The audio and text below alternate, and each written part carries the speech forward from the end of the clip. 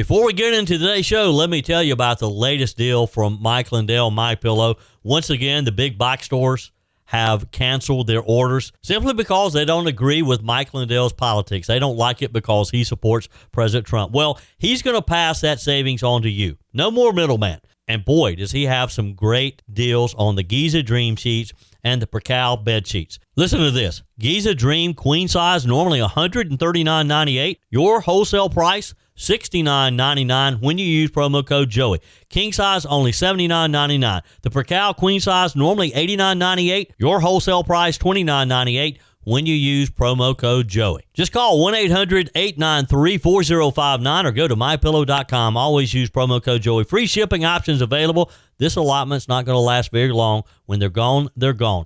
MyPillow.com. Promo code Joey. Thanks for joining me in the PhD Weight Loss and Nutrition Studios. To lose weight for the last time, visit myphdweightloss.com. Welcome in. Here's what we have for you today. House Republicans subpoenaed nearly a dozen former federal officials and politicians, including Bill and Hillary Clinton, as well as records from the Department of Justice yesterday amid an expanding probe into the deceased pedophile Jeffrey Epstein. President Donald Trump yesterday said that Treasury Secretary Scott Bessent won't be in the running to become the next chair of the Federal Reserve. I'll tell you why in today's show. What's the appropriate response to a member of the U.S. House of Representatives declaring her allegiance to a foreign country before her own? I think she's chosen the wrong line of work. What do you think? And a Tennessee death row inmate cried out in pain during lethal injection after the state refused to deactivate his defibrillator, causing the left to claim he was the victim and not those he had murdered. Meanwhile, in South Carolina, an inmate on death row for 26 years now is again asking to fire his attorneys and withdraw his appeals so he can be executed. I told you we'd be back. And ye shall know the truth, and the truth shall make you free. It's Joey Hudson. I wanted to name it the Joey Hudson bill, but they don't allow you to put names on bills. But I wanted to call it the Joey Hudson bill because I know that one's been near and dear to you for a number of years. That's how it's done. Let your voice be heard. And the truth shall set you free. Here's Joey Hudson. House Republicans led by Oversight Committee Chairman James Comer just dropped subpoenas yesterday on a lineup straight out of Washington elite. Bill and Hillary Clinton, James Comey, Robert Mueller, plus 6 former U.S. attorneys general, from John Garland to Jeff Sessions, along with records from the Department of Justice tied to Jeffrey Epstein. It looks to me like they're serious about getting to the bottom of this once and for all. We've had enough public distrust and unanswered questions, haven't we? I mean, why did Epstein die in custody? Was there a secret client list? We've been told for years that there probably was. Now we're told, well, nope, there's not.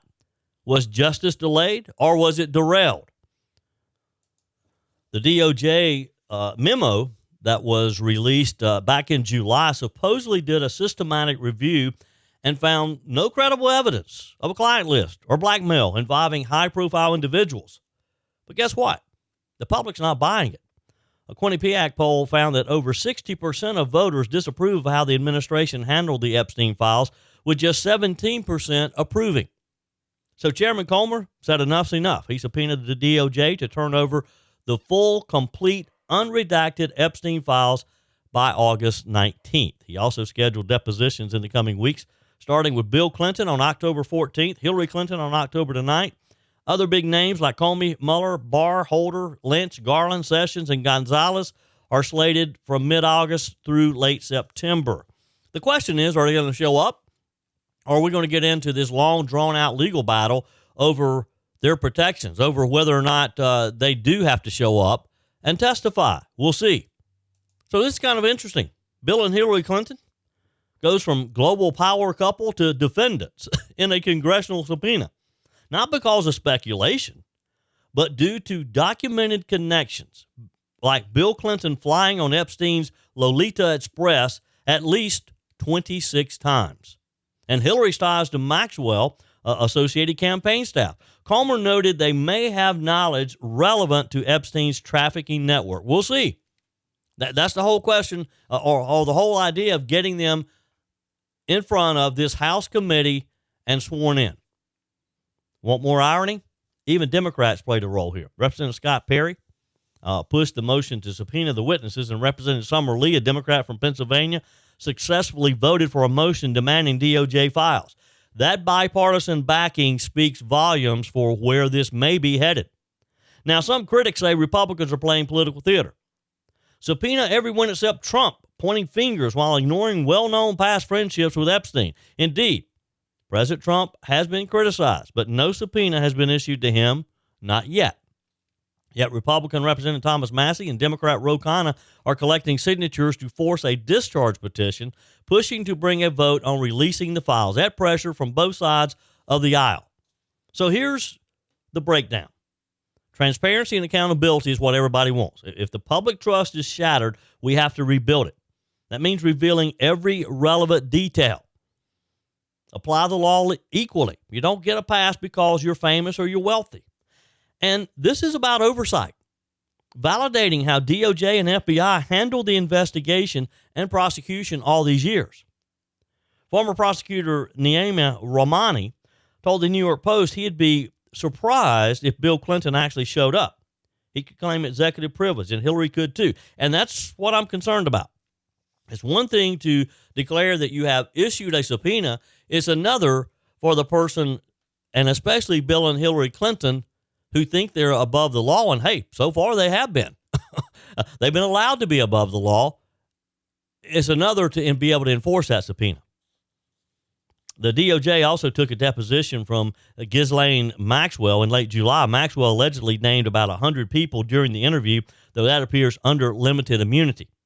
Her legal team is appealing for full immunity, but oversight has balked. They want what she knows, not any deals.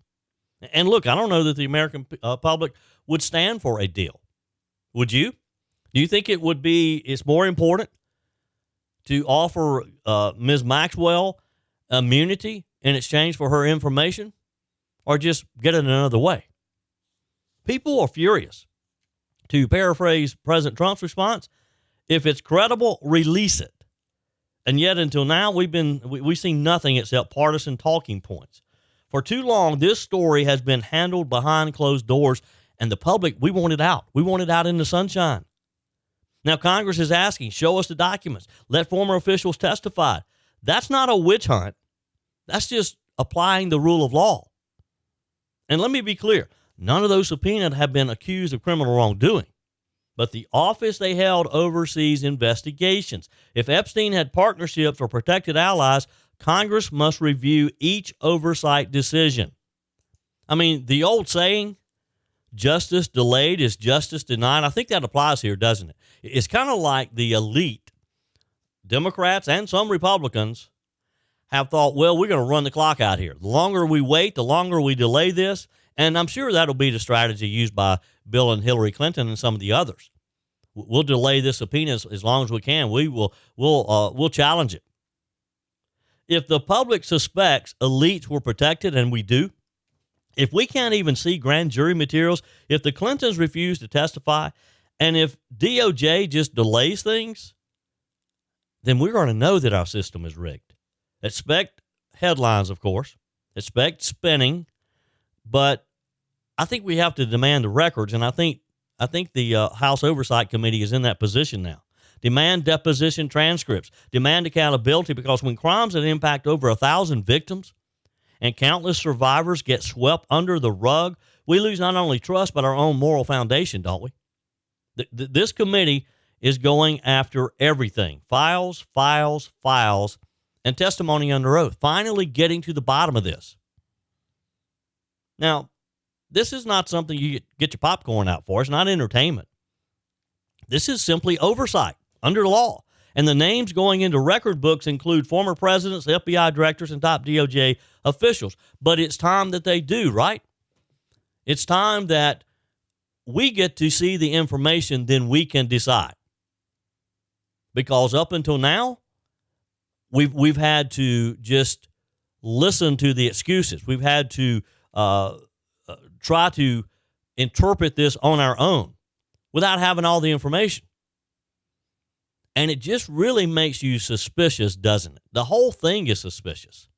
I mean, How many of you believe, and I'd love to get your feedback, you can text me, you can email me, joey@joeyhudson.com. You can leave me a message on the MyPillow message line, 864-477-JOEY, 864-477-5639. How many of you believe that Jeffrey Epstein really did commit suicide? I think I know the answer, but I'd still love to hear from you. There's just way too much fishy stuff going on here, right? Way too much. And it's time we know the truth. And I don't think until we look, let me back up and say this. It may be too late for all of us to think that we have the truth because there's been so much going on. I mean, like the whole thing just a few weeks ago by saying, well, there really wasn't a list. When we've thought and been told for years now that there was a list. If there really wasn't a list and that is proven somehow, will we ever really believe that? Is there anything that convinces you that there's not a list? I'd love to get your feedback on that too. Email me, joey@joeyhudson.com. Is there anything that can come out that Bill Clinton, Hillary Clinton, any of the FBI, former FBI directors, is there anything they can say that's going to convince you that there really wasn't a list? I think we're past that, don't you? I mean, I think we've all made up our minds that, yeah, there's a list somewhere. And that list is so damning to so many people that at the highest levels of business and government, they're protecting this. But I think we have to let it play out. And let's let James Comer and the House Oversight Committee do their job so that we can hopefully get to the real truth. America is in a health crisis, and by America, not just strangers across the country. It's personal. Me, you, friends, and family. And a major cause?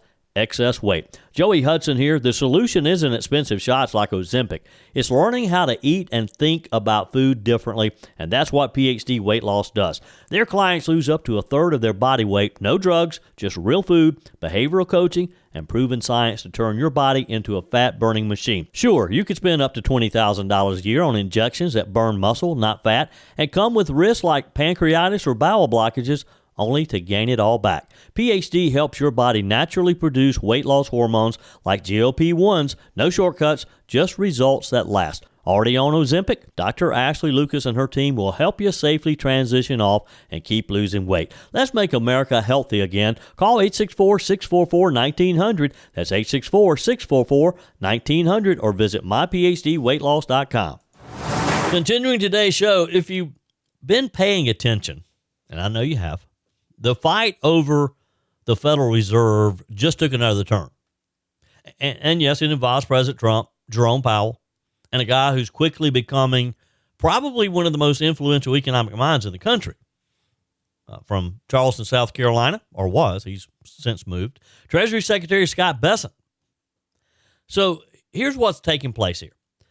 Yesterday, President Trump, the guy who, as you know, doesn't mince words, went on CNBC and put the speculation to rest. He said loud and clear, Scott Bessent is not going to be the next chair of the Federal Reserve. Why? Because Bessent flat out told him, according to the president, nope, I want to stay where I am. Here's the exchange. President Trump, you said there are 4 names. There are 2 other names that have been mentioned in the press. One is Governor Waller. The other is the Treasury Secretary, Scott Bessent. Are those the 4 that you're considering? Well, I love Scott, but he wants to stay where he is. I'll take him off because I asked him just last night, is this something you want? Nope, I want to stay where I am. He actually said, I want to work with you. It's such an honor. I said, that's very nice. I appreciate that. But no, Scott wants to do what he's doing. He's doing a great job, and he wants to do what he's doing. So I just take him off. He does not want it. He likes being Treasury Secretary. He's doing a really good job. So there you have it, straight from the president's mouth. And you know what? It kind of says something, doesn't it? It says that we have a Treasury Secretary who's not looking for headlines. He's just got his head down doing the work. And according to the president, he's doing a really good job. I'd agree with that. The man's been a hammer in trade talks. Remember, those so-called experts who said Trump would never pull off big trade wins, well, Bessent helped make those deals happen, the biggest in our history. And quite honestly, I don't know about you, but I'd never heard of Scott Bessent before. Did not realize that he lived in Charleston, South Carolina. Upon becoming Treasury Secretary, he soon after sold his home for like a record number. It was like $19-20 million or something. A beautiful home down on the Battery of Charleston. So here's the twist. While Bessent isn't taking the Fed job, that doesn't mean that we're not headed for a massive shakeup at the Federal Reserve, because President Trump's administration has already started the formal process to find Jerome Powell's replacement. Even though Jerome Powell has until, I think it's May of next year. Now, you remember the friction between Jerome Powell. Trump appointed him in 2017. Since then, their relationship's been like kind of watching a slow motion train wreck. Powell's still saying, and I'll read the quote, "I will never, ever, ever leave this job voluntarily." Well, that's kind of cute there, but in fact, you are going to leave next spring. And the Trump team, they're not going to let this one slide. This is bigger than personalities. It's about policy, very important policy. What we pay in interest rates for our car loans, for our home loans, for our boat loans, whatever you're borrowing money for, your business loans. Powell doesn't cut rates. Trump wants lower interest rates now. Powell's refusing to cut them because inflation's easing. Growth is holding strong. Americans are still struggling with high home costs. But the Fed, they've held the rate steady for 5 straight meetings. 5. Even though we had some good things going our way. And President Trump's had enough. You saw his post on Truth Social. He called Powell too stupid and too political to have the job of Fed chair. That's not vague. It's not subtle. That's Trump turning up the pressure, calling one of the key people in the administration too stupid. And look, he's not wrong. We've got inflation easing, yes. Tariffs, yeah, they raise prices a bit. That's debatable. We're still figuring that out. That's probably in the short term. But Powell's stuck in this D.C. think tank mentality that punishes growth when we should be leaning in. Trump says it plain. People need to buy homes. They need to refinance their homes. They need to be able to live their lives. The Fed is stuck in 2019. It's 2025, folks. It's time to lower the interest rates. And let me tell you, what this is really about is control of the economy in the second Trump term. Because whoever chairs the Federal Reserve will have massive influence over your mortgage, over your car payment, your credit cards, your future. And the president knows that. He's looking for someone who gets it, someone who understands how money moves in the real world, not just on Wall Street or in some academic bubble. And that's kind of where Jerome Powell is, isn't it? So let's talk about Powell again. This guy's out of touch. Just last week, he gets up there in front of the press telling us inflation is still above the 2% target. And they're going to wait and see, he says, again, before cutting rates. Meanwhile, gas prices are creeping. Grocery bills, they're still high. And guess what? Regular Americans are asking, why the delay? What's taking so long? You want to know what the delay means? It means higher interest on your credit card, which is costing you money every month if you haven't paid off your balance. It means fewer small business loans. It means your kids can't afford that first house. And Powell thinks that's okay. Well, President Trump doesn't. Scott Bessent doesn't. And frankly, I don't think any of you listening today, thinks that's okay either. And this isn't just about policy. It's about accountability. Trump picked Powell, yes. But when the guy veers off course, when the president holds him to it, that's what we expect. What other president went after their own Fed pick? What other president have you ever heard call one of his key people stupid? You see, the left calls it interference. But I think it's just Trump doing what he promised. It's oversight. The American people elects the president, not the Fed chair, to lead the economy. The Fed doesn't operate in a vacuum, not anymore. So it's time for Jerome Powell to get with the program or get out of the way. Base en la gente. Terminar diciendo unas palabras en español porque yo soy guatemalteca con mucho orgullo, primero que soy americana. Okay, let me interpret that for you. I am a proud Guatemalan before I'm an American. A firestorm over loyalty, identity, and what it really means to serve as a United States member of the Congress has erupted after it was reported that those words were said by Representative Delia Ramirez of Illinois. She recently spoke at a leftist conference in Mexico, the Pan American Congress, alongside radical progressives. Now, during her remarks in Spanish, she declared, "I'm a proud Guatemalan before I'm an American." That translated snippet ignited widespread outrage across social media, as it should. Now, I don't care what language you speak. Honestly, the only way I was able to interpret that for you was because I put it in one of the interpretation apps because I don't understand Spanish. But if you're serving in the United States Congress and you say any other allegiance comes before America, I think you have a problem, a big one, especially if you're sitting on the committee that deals with our borders, law enforcement, and national security. This isn't a slip of the tongue, folks. It's a window into a mindset, a radical, open borders ideology that treats American citizenship like an afterthought. Now, predictably, the left jumped in with their usual excuses. The translation was off, they said. One said she meant she's proud of her Guatemalan heritage. Well, spare us the spin.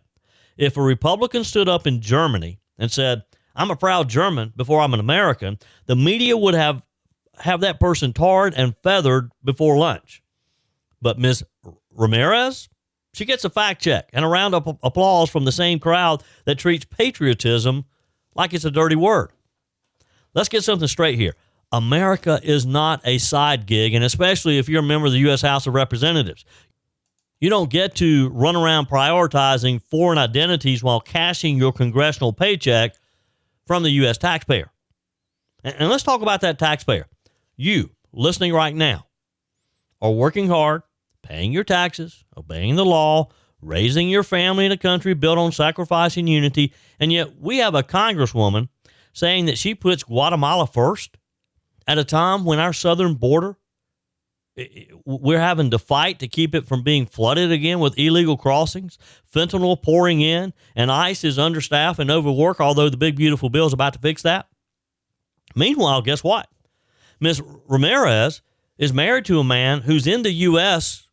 illegally, according to reports. She's literally in a mixed status marriage and using her position to advocate for sweeping immigration reforms that would give amnesty to people like her husband.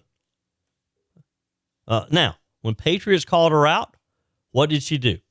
She played the victim card, claimed people were attacking her heritage, claimed white Americans can say they're Irish American or Italian American without criticism. Wrong again. You can be proud of your roots. We all should be. That's not the issue. The issue is your order of allegiance. You can love your heritage, but not put it above your duty to this country, especially if you're making our laws, if you're a sitting House member.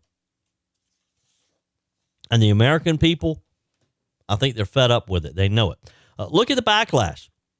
Senator Mike Lee said, "Are you comfortable with this?" Conservative commentator Charlie Kirk, my colleague, said, "Anyone who values another country over America doesn't belong in Congress." Matt Walsh said she should be denaturalized and deported. Now, I don't know about all that, but I do know this.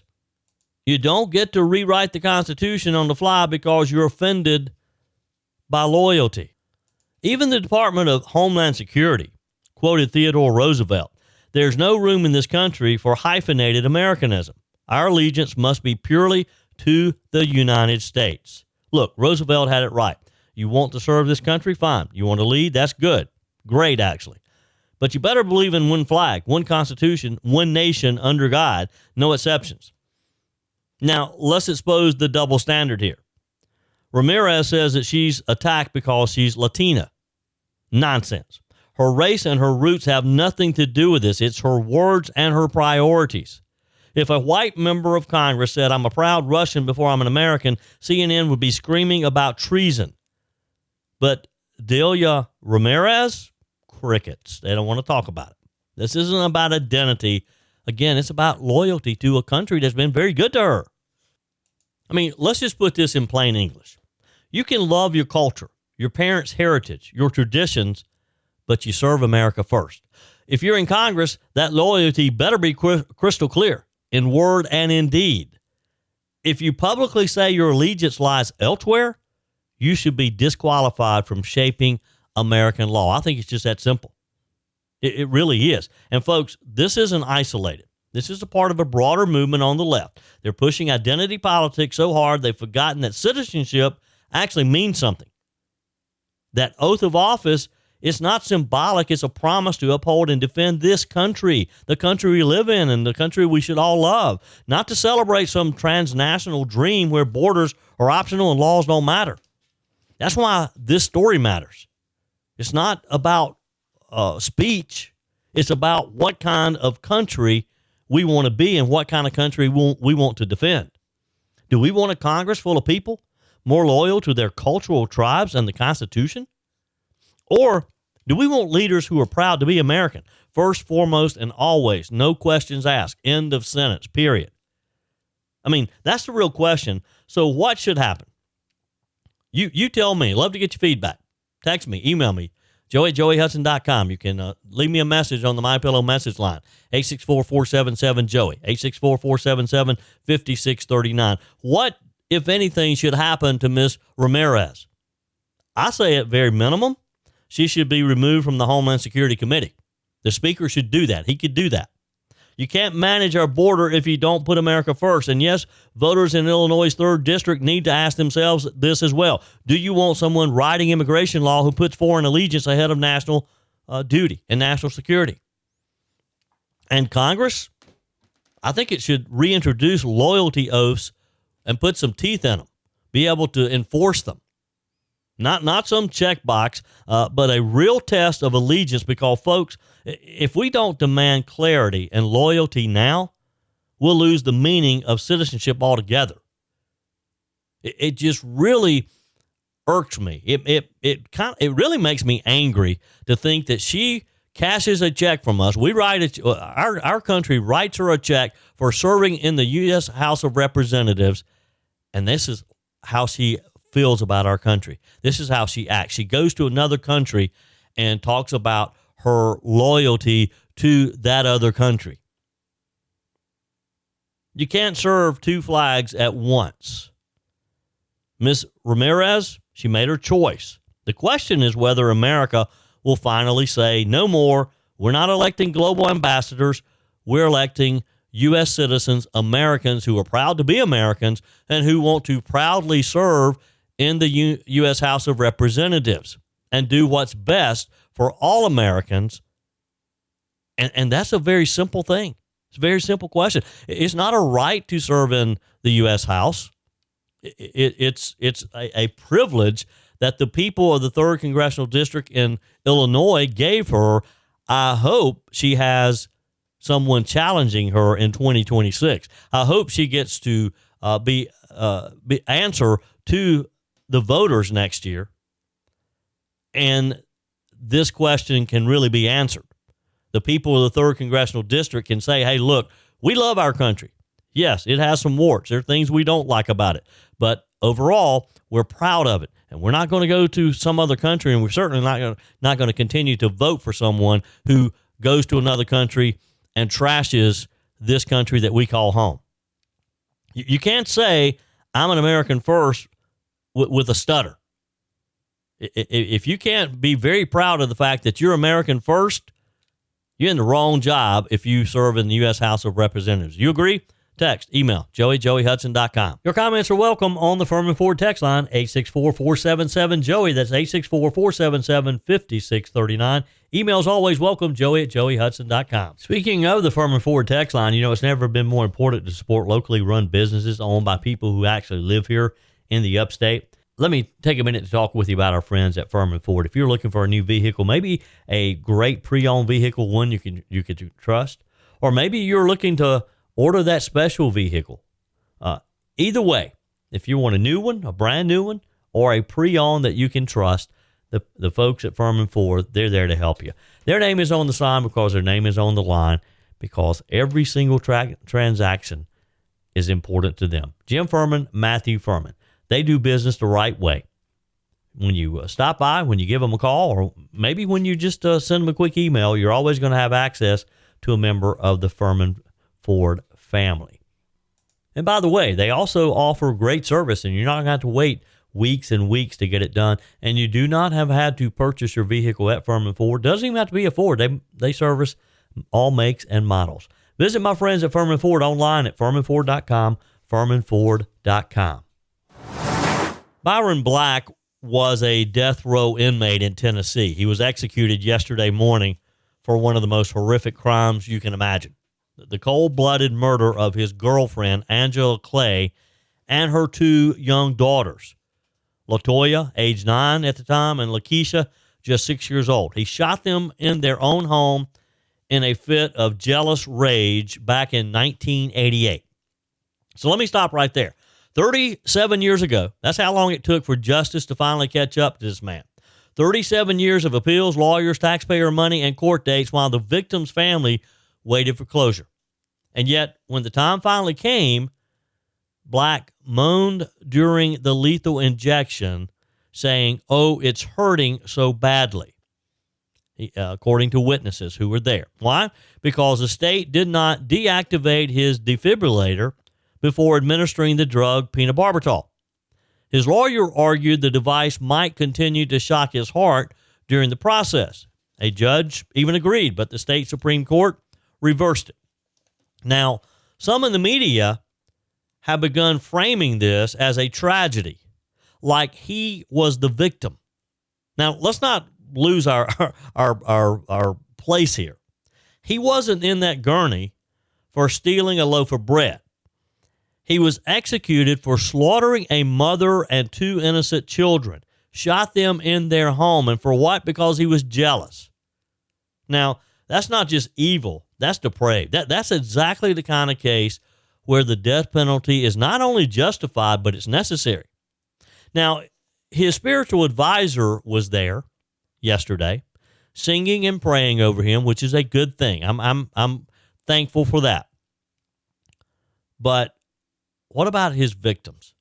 They didn't get a song. They didn't get comfort. They got murdered in cold blood at the young ages of 9 and 6, along with their mother. Now, his lawyer, Kelly Henry, says that he was a gentle, kind, fragile, intellectually disabled man. You don't get to kill 3 people and rewrite your biography from death row. The victims' families are still suffering. Lynette Bell, the sister of Angela Clay, said, "His family is now going through what we went through 37 years ago. I can't say I'm sorry because we never got an apology." Look, the left wants to talk about the pain of lethal injection. Let's talk about the pain of 2 little girls looking up at their mother's boyfriend with a gun in his hand. Let's talk about the pain of waiting nearly 4 decades for justice, watching politicians waffle and courts delay. Let's talk about the pain of a justice system that too often forgets the victims. This was only the second execution in Tennessee in 5 years. They just started back. And yet the outrage is all about the man on the gurney, not the family destroyed by his actions.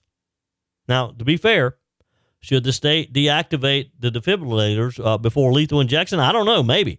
It's a valid procedural debate. But that's not the real story here. The fact is, he was going to die one way or the other. He wasn't concerned about the pain that his victims felt when he brutally murdered them. The real story is that the law worked slowly, unfortunately for the victims, painfully for everybody, but it worked. Byron Black is now the 28th person executed in America this year, already the most in a single year since 2015. That kind of tells you something. Americans are waking up. We're done coddling murderers who show no remorse. Now, meanwhile, you have an inmate on South Carolina's death row, James Robertson. He's been there for 26 years, convicted for brutally murdering his own parents in 1997, striking them with a hammer's claw, a baseball bat, and a knife.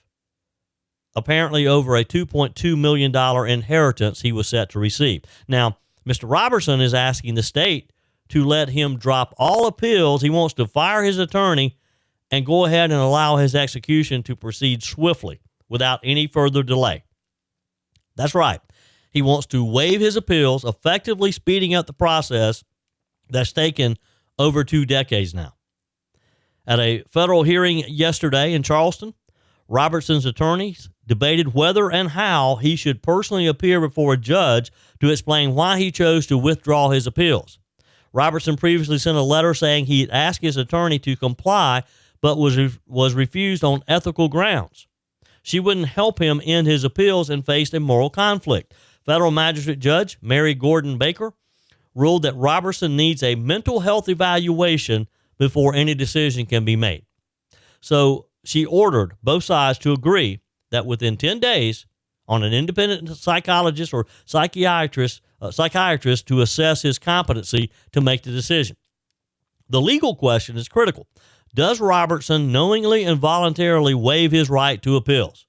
Because under law, you can't just decide to kill yourself legally. You have to be competent. And that's precisely the issue, I guess.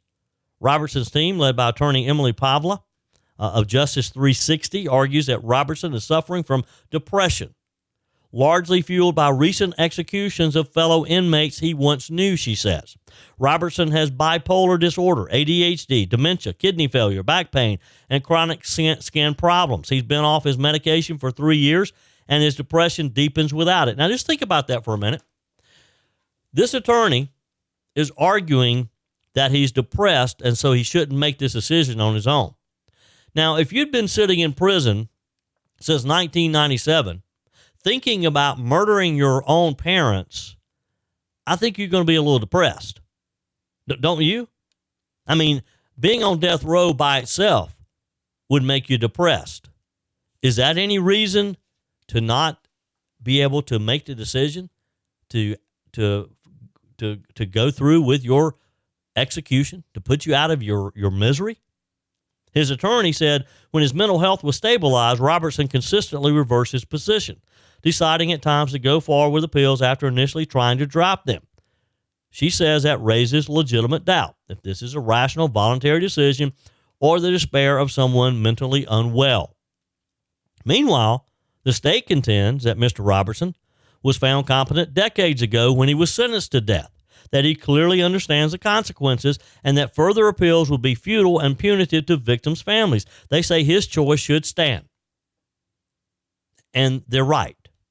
Because either way, eventually he's going to be executed. He's already been sentenced. He was sentenced to death. Why are we delaying this, and especially when he's asking for his own execution? So the real question here is, who truly has the agency or the ability, whatever you want to say, in the justice system? When someone like Robertson opts out of a process that's prolonged nothing but emotional agony, should he be allowed to do so? Can he make this decision himself? Or do we say mental health takes precedence over personal autonomy? I say we can probably do both. There's probably a happy medium here. Evaluate his mental stability. Respect the legal system. If he's competent, let him decide. If we prevent him from waiving his appeals without a good reason, then we're saying individuals don't have sovereignty over their own fate, even when facing a legal sentence. That just opens another Pandora's box. Yes, I'm sure he's depressed. I'd be depressed too. I would want to be executed knowing eventually I'm going to be executed, so why not go ahead and do it and get it over with? That's it for today's show. Tara's up next, followed by Mike Gallagher, Bill Frady, Charlie James. We're back again tomorrow at 5 a.m. for your first cup of coffee and more Sunrise Carolina. Till then, remember, folks, God's got this. He's still in control. That's it for today's edition of Just the Truth. Thanks for joining me in the PhD Weight Loss Studios. To lose weight for the last time, visit myphdweightloss.com. If you haven't joined my mailing list yet, visit my website, joeyhudson.com. Click on the Connect with Joey button so that you can receive our emails and the most up-to-date news. Also, join me on my YouTube channel. Be sure and like, comment, and subscribe. Just search for Joey Hudson. As always, thanks for spending a few minutes of your day with me. Do me a favor and forward this episode to a few friends. Just click on the share button and send to your contacts. We need to build an army of conservatives to win our country back, and we can do that by continuing to share the truth with with our friends and family. Keep those comments coming via the Furman Ford text line 864-477-JOEY. Email to joey@joeyhudson.com. And I love your messages on the MyPillow message line. Again, that's 864-477-JOEY, 864-477-5639. Be sure and take advantage of the MyPillow special, just $14.88 on the standard MyPillows when you use promo code Joey. Order online at MyPillow.com or call 800-893-4053. We're back again tomorrow and hope you'll plan to join us. Until then, remember, God's got this. He's still in control.